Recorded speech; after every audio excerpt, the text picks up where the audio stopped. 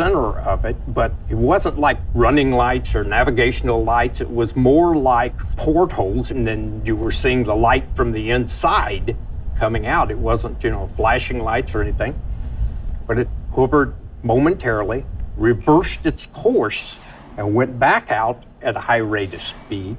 Moreover, given the dramatic incident at the weapons storage area, when one of those UFOs reportedly directed laser-like beams down into the facility, it becomes clear that this case had a nuclear weapons connection. Significantly, another NUCS-related incident in the former Soviet Union is nearly identical to Bentwaters.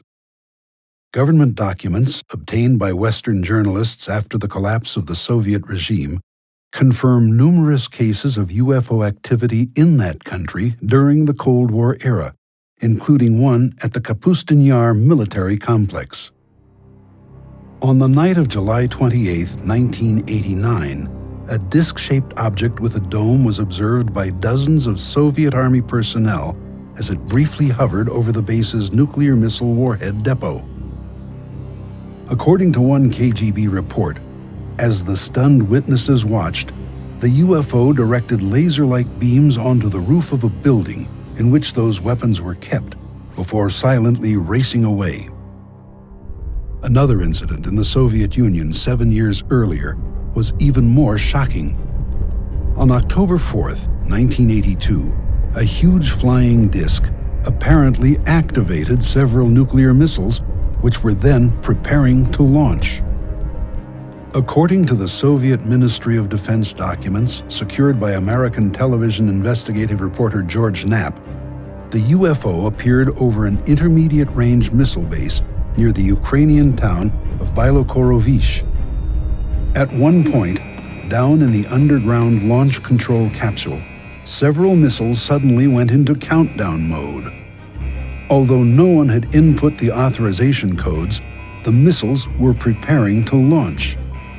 Then, after 15 terrifying seconds, the anomaly ceased and everything returned to normal operational status. This potentially disastrous incident was nearly identical to one reported to Robert Hastings by former U.S. Air Force launch officer David Schur, who said that a UFO had activated the launch sequence in several of his Minuteman missiles at Minot Air Force Base, North Dakota, one night in 1966. As this object passed over the missile site, we would start getting erratic indications on that missile. The bad thing was we also got a launch indicator. Does that mean that the launch sequence has been triggered? That means that the missile has received the launch signal. In that case, Schur and his commander had to flip an inhibit switch to disrupt the unauthorized countdown. But were those aboard the UFOs actually trying to start a nuclear war? Having investigated these incidents for decades, my opinion is that those who pilot the UFOs are visitors from elsewhere, who are engaged in these provocative actions at American and Russian nuclear missile sites to send us a message that we humans are playing with fire, that to engage in nuclear warfare is essentially suicide. Importantly, these dramatic incidents continue to occur long after the end of the Cold War. Several U.S. Air Force veterans have reported new UFO incursions at nuclear missile sites and weapons storage areas in the very recent past. The most important case occurred on October 23, 2010. This is CNN Breaking News. The breaking news involves a power failure that shut down a major part of the U.S. nuclear missile arsenal. Let's go to our Pentagon correspondent, Chris Lawrence. Wow, Chris, what do we know?